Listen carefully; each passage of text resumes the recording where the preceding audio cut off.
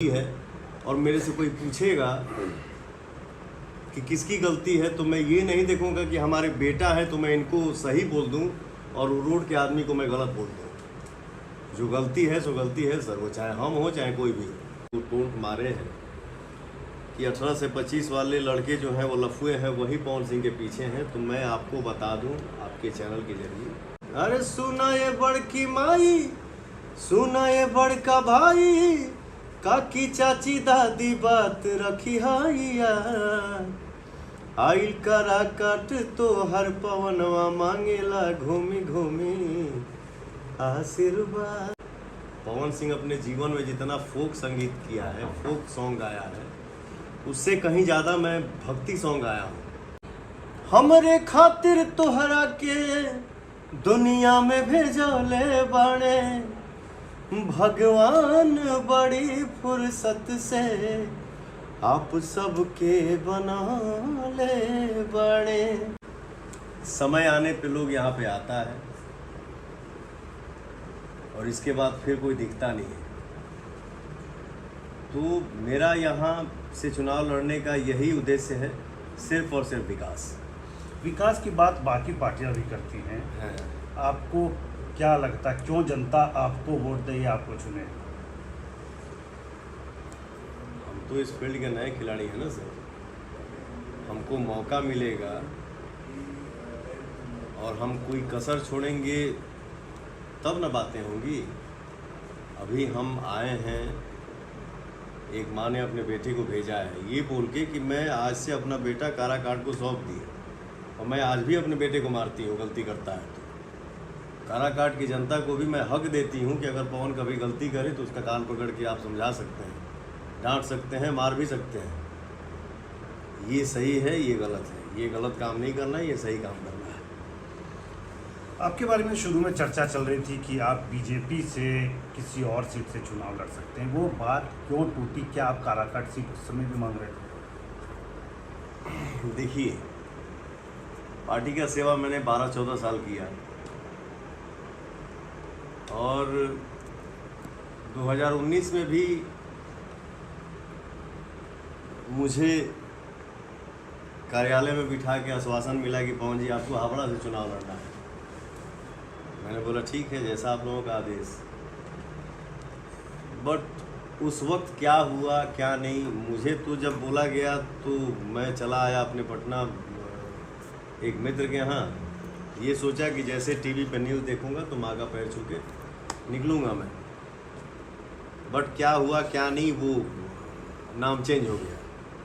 तो उस वक्त हम चुनाव लड़ने को लेके बहुत ज़्यादा सीरियस नहीं थे। फिर हम दिल्ली बैठे भी थे तो हमको पार्टी का स्टार प्रचारक बनाया गया। लेकिन इस बार 2024 में जहाँ भी पवन इवेंट में खड़ा हो रहा हो, या कोई मीटिंग में बैठ रहा हो, या शूटिंग में जा रहा हूँ, या सिंगिंग करने स्टूडियो में जा रहा हूँ, तो हमारे जितने नौजवान साथी हैं गुलदस्ता लेके मिल रहे हैं, भैया सांसद जी बधाई हो, सांसद जी बधाई हो, सांसद जी।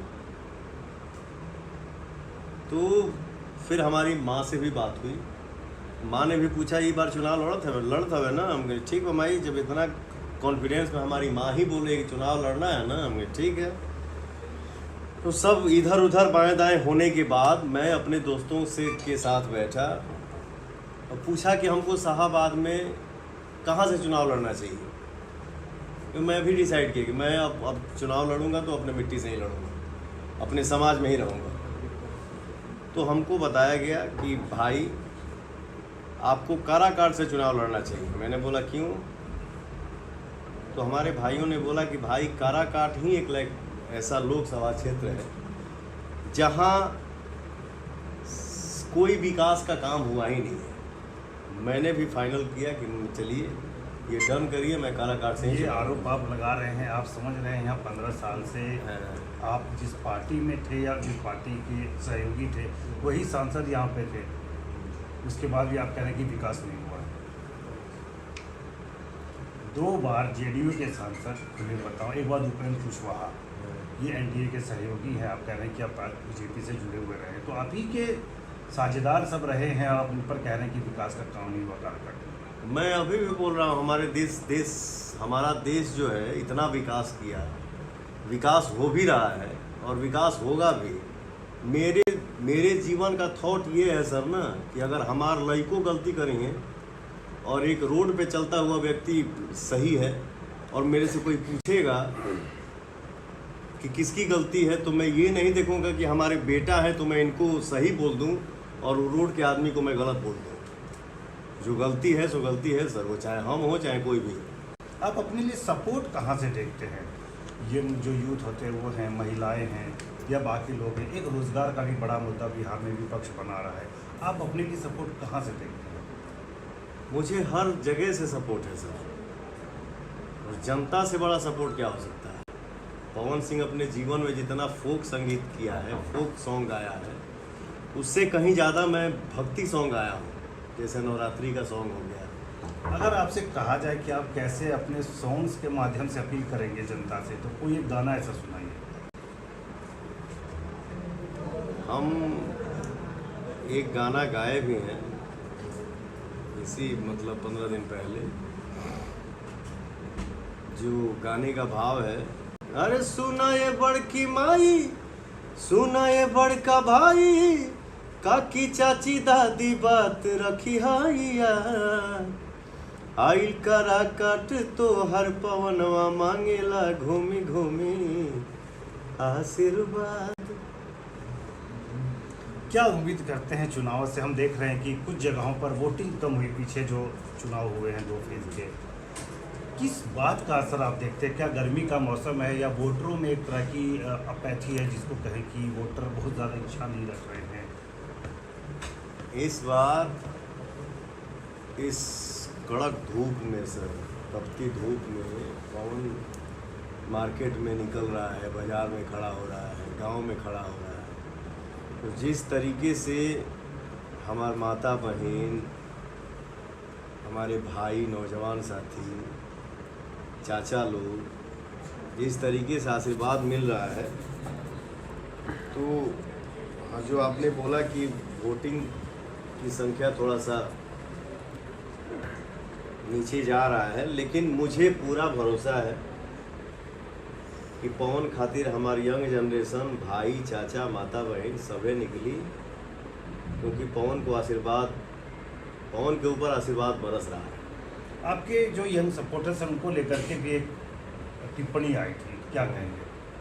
टिप्पणी यही ना कि 18 से 25 वाले जो लड़के हैं वो सिर्फ देखने के लिए हैं, या वो सब लफुए हैं। तो जो भाई साहब ये वार्तालाप शुरू किए हैं या जो टोंट मारे हैं कि 18 से 25 वाले लड़के जो हैं वो लफुए हैं, वही पवन सिंह के पीछे हैं, तो मैं आपको बता दूं आपके चैनल के जरिए कि वो आपके नज़र में लफुए हो सकते हैं, बट वो हमारे नज़र में नौजवान भाई हैं, नौजवान साथी हैं, और नौजवान ही हमारे देश की शक्ति हैं।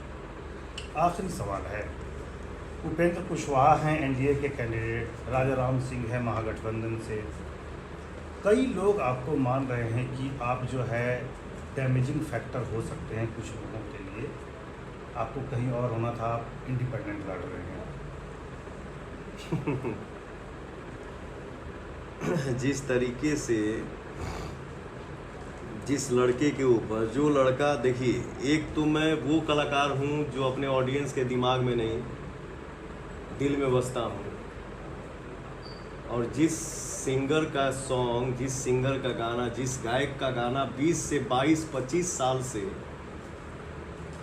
बज रहा हो, तो वो गाना सिर्फ ऑटो में नहीं बजता है, वो घर घर में बजता है। जो नवरात्रि सॉन्ग हो गया गाना, छठ के सॉन्ग हो गए, छठ के गाना, छठ हमारे लिए बिहार का सबसे बड़ा महापर्व है सर।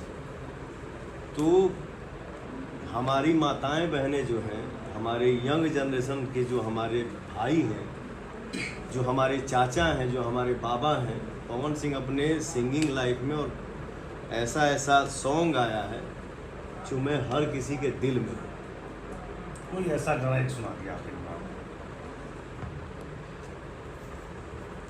गाना तो बहुत सारा है सर, जैसे देखिए सोच के ऊपर है कि आप क्या सोच सकते हैं।